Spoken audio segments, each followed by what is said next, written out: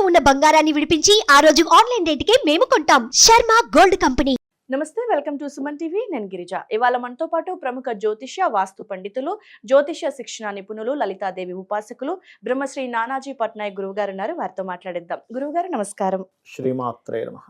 గురువు గారు, మామూలు రోజుల్లోనే పౌర్ణమి తిథికి చాలా మంచి రోజు, ఆ రోజు పూజలు కూడా ఫలిస్తాయని అంటూ ఉంటారు కదా. మరి ఈ మార్గశిర మాసంలో, ఆధ్యాత్మికత నిండుకున్న ఈ మార్గశిర మాసంలో వస్తున్న పౌర్ణమికి ఎలాంటి పూజలు చేసుకోవాలి? పూజా విధానంలో ఏదైనా మార్పులు చేసుకోవాలా? ఆ దేవుని ప్రసన్నం పొందాలి అంటే మార్గశిర పౌర్ణమి రోజు చేయాల్సిన పనులు ఏంటి గురువు గారు? సహజంగా పౌర్ణమి ఎందుకు చేస్తారు అనే విషయం తెలియాలి. ఫస్ట్ మనం ఏదైనా పని ఎందుకు చేస్తాము? ఇప్పుడు జాబ్ చేసాము, బిజినెస్ చేసాము, లేకపోతే ఇంకేదో సంథింగ్ దేనికోసం చేస్తాడు మనిషి? డబ్బు కోసం. ఇంకా డబ్బు ఎందుకు కావాలి? లైఫ్ హ్యాపీగా ఉండటం కోసం. హ్యాపీనెస్ కోసం కదా. అంటే ఏది చేసినా అల్టిమేట్ హ్యాపీ, ఆనందంగా ఉండడానికి చేస్తాం. మనం ఏం చేసినా కూడా, ఒక కారు కొనుక్కున్నాం ఆనందం, ఒక ఇల్లు కొనుక్కున్నాం హ్యాపీనెస్, లేకపోతే ఒక రీసెర్చ్ చేసాం సంథింగ్, కొంతమంది పిహెచ్డి చేస్తాం, అది కూడా కనిపెట్టడం ఒక ఎత్తు అయితే అది కనిపెట్టడం వల్ల ఆనందం ఉంటుంది. అంటే ఫైనల్ ఈజ్ ఆనందం, అంతే కదా. సో ఈ ఆనందం అనేటువంటిది ఎప్పుడు కూడా ఎలా వస్తుంది అంటే, శాస్త్రంలో ఏం చెప్పబడింది అంటే చంద్రుడి ద్వారా ఆనందం వస్తుంది. ఎందుకు అంటే చంద్రమా మనసో జాతః అన్నారు. మనసు బాగాలేదు, ఆనందం ఉండదు. ఉంటుందా చెప్పండి? మనసు ఎలాగో ఉందండి, సినిమాకి రమ్మన్నా మనసు బాగాలేదు, నేను రాలేను అంటాడు. సినిమాకి వెళ్తే ఆనందం ఉంటుంది, అయినా సరే ఇక్కడ మనసు బాగోకపోతే అక్కడ కూడా వెళ్ళడు. ఏ పని చేయాలన్నా ఆనందం ఉండదు. ఎందుకు అంటే మనసు బాగోకపోతే ఉండదు. ఈ మనసుని నెలకు ఒకసారి రీఛార్జ్ చేయడం లాంటిది ఈ పౌర్ణమి చేసుకోవడం అనేటువంటిది.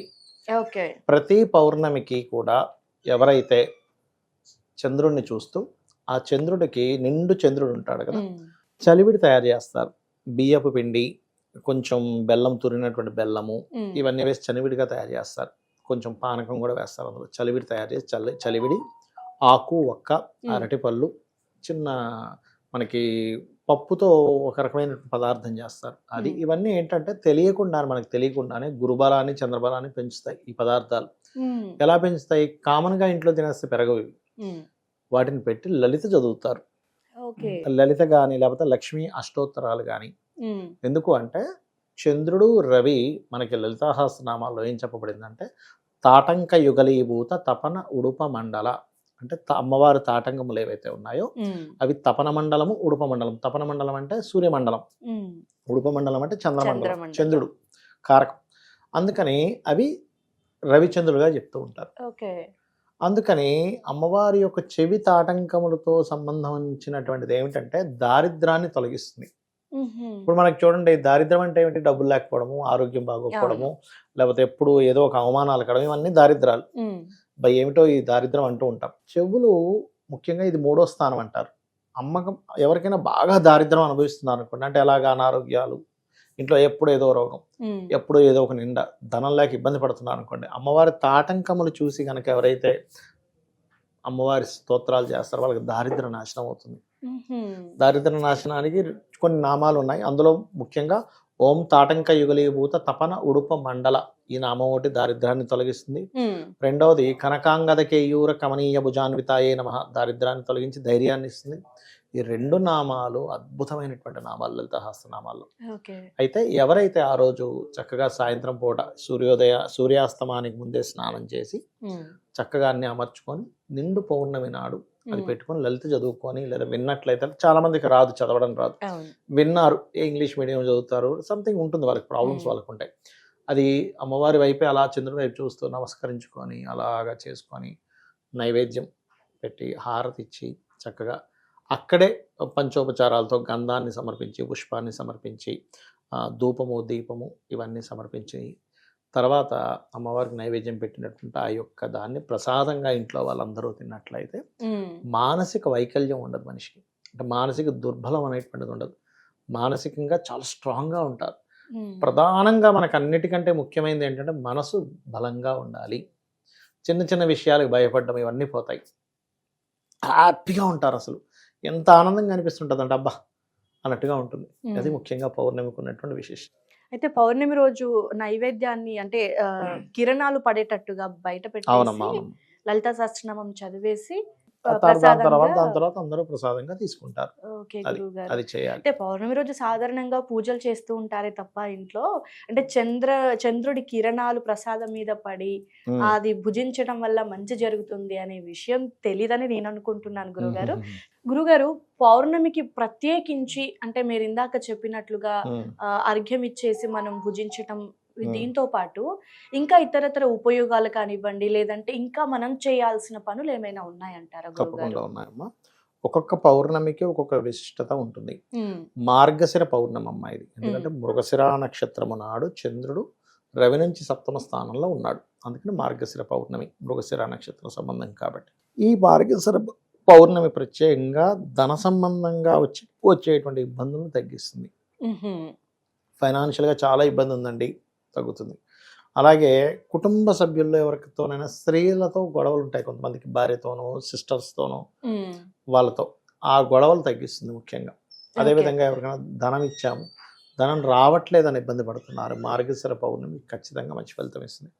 అది కాకుండా మార్గశిర మాసంలో మనకి భగవద్గీతలో శ్రీకృష్ణ పరమాత్మ మాసంలో మార్గశిర మాసం నేను అని చెప్పడం జరిగింది. ఆయన ఎందుకు అంటే ఆత్మకారకుడైనటువంటి రవి ఈ మార్గశిర మాసంలో ప్రత్యేకంగా వృశ్చిక మరియు ధనస్సు రాశిలో సంచరిస్తుంటాడు. అందులో ధనస్సు రాశిలో సంచరించేటప్పుడు ఏంటంటే ఆత్మకారకుడు దైవానికి సంబంధించినటువంటి రాశులుగా చెప్తూ ఉంటారు ధనస్సు రాశిని. అంటే న్యాచురల్ 9th హౌస్ ఈజ్ దైవ సంబంధించింది, పుణ్యం సంబంధించింది.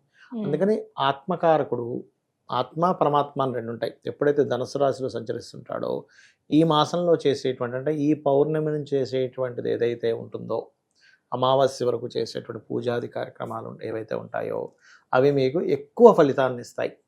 అందుకే దీన్ని ధనుర్మాసము అని కూడా అంటారు. చూడండి, ధనస్సులోకి రవి సంచారం రాగానే ధనుర్మాసం అంటారు. అందుకని ఏం చేస్తారంటే ఒక భగవంతుడిని ఎంతో ప్రేమగా ఒక చూడండి, ఎట్లా అంటే మన ఇంటికి ఎవరైనా ఫ్రెండ్స్ వచ్చారు, స్కూల్లో చదివే ఫ్రెండ్స్, అప్పుడు మనకి ఎట్లా ఉంటుంది అసలు అన్నీ చెప్పేసుకుంటాము, చాలా ఓపెన్గా ఉంటాం స్కూల్ ఫ్రెండ్స్తో, కొంచెం కాలేజ్ స్కూల్ ఫ్రెండ్స్ వరకు. దాని తర్వాత మనకి కాలేజ్ మన ఆఫీస్లో ఎక్కడ జాబ్ చేసే వాళ్ళతో అంత క్లోజ్నెస్ ఉండదు. ఎంతైనా స్కూల్ ఫ్రెండ్స్ చిన్ననాటి స్నేహితులు అంటారు. అట్లా ఏంటంటే అంత ఉత్సాహంగా భగవంతుడితో గడిపినట్లయితే ఈ ధనుర్మాసంలో ముఖ్యంగా మీరు పూర్వజన్మలో చేసుకుంటే పాపమును తొలగించేటువంటి శక్తి ధనుర్మాసానికి ఉంటుంది. ఇంకోటి ఏంటంటే ధనస్సులో రవి సంచరించేటప్పుడు చేసేటువంటి దేవతా కార్యక్రమాల వల్ల వివాహం అవ్వటం లేదు అని ఇబ్బంది పడుతుంటారు చూసారు, వివాహం అయి తీరుతుంది వారికి. ఓకే, అందులో పర్టికులర్గా తిరుప్పావై ఈ దీనికి సంబంధించింది కూడా కొంతమంది చేస్తూ ఉంటారు ఈ ధనుర్మాసంలో. ఇవి ముఖ్యంగా కృష్ణుని ఆరాధించడము, దత్తాత్రేయుడి ఆరాధన ఈ ధనుర్మాసంలోని, సూర్య ఆరాధన, అమ్మవారి ఆరాధన మంచి ఫలితాలు ఇస్తుంది. గురుగారు, అంటే మార్గశిర మాసంలో మనం ప్రత్యేకించి విష్ణుమూర్తి విష్ణు ఆరాధన కూడా చేస్తాం. ధనస్సు అంటే ధనుర్మాసంలో కూడా విష్ణుమూర్తి ఆరాధన ముఖ్యము అని చెప్తూ ఉంటారు కొంతమంది. శివకేశవుల ఆరాధన ఏ మాసంలో అయినా చేసుకోవచ్చు అమ్మా. ఈ మాసంలో చేయాలి, ఈ మాసంలో చేయకూడదు అని లేదు. ఎందుకంటే సృష్టి స్థితి లయ, బ్రహ్మ సృష్టి, స్థితి విష్ణు, లయకారకుడు శివుడు. కాబట్టి బ్రహ్మ ఆల్రెడీ పుట్టించేసాడు, మనం ఆల్రెడీ పుట్టి ఉన్నాం, స్థితి లయలే మనకు కావాలి. కాబట్టి ఓకే గురుగారు, చాలా చక్కటి విశ్లేషణని తెలియజేశారు గురుగారు. ధన్యవాదాలు. శ్రీమాత్రే నమః.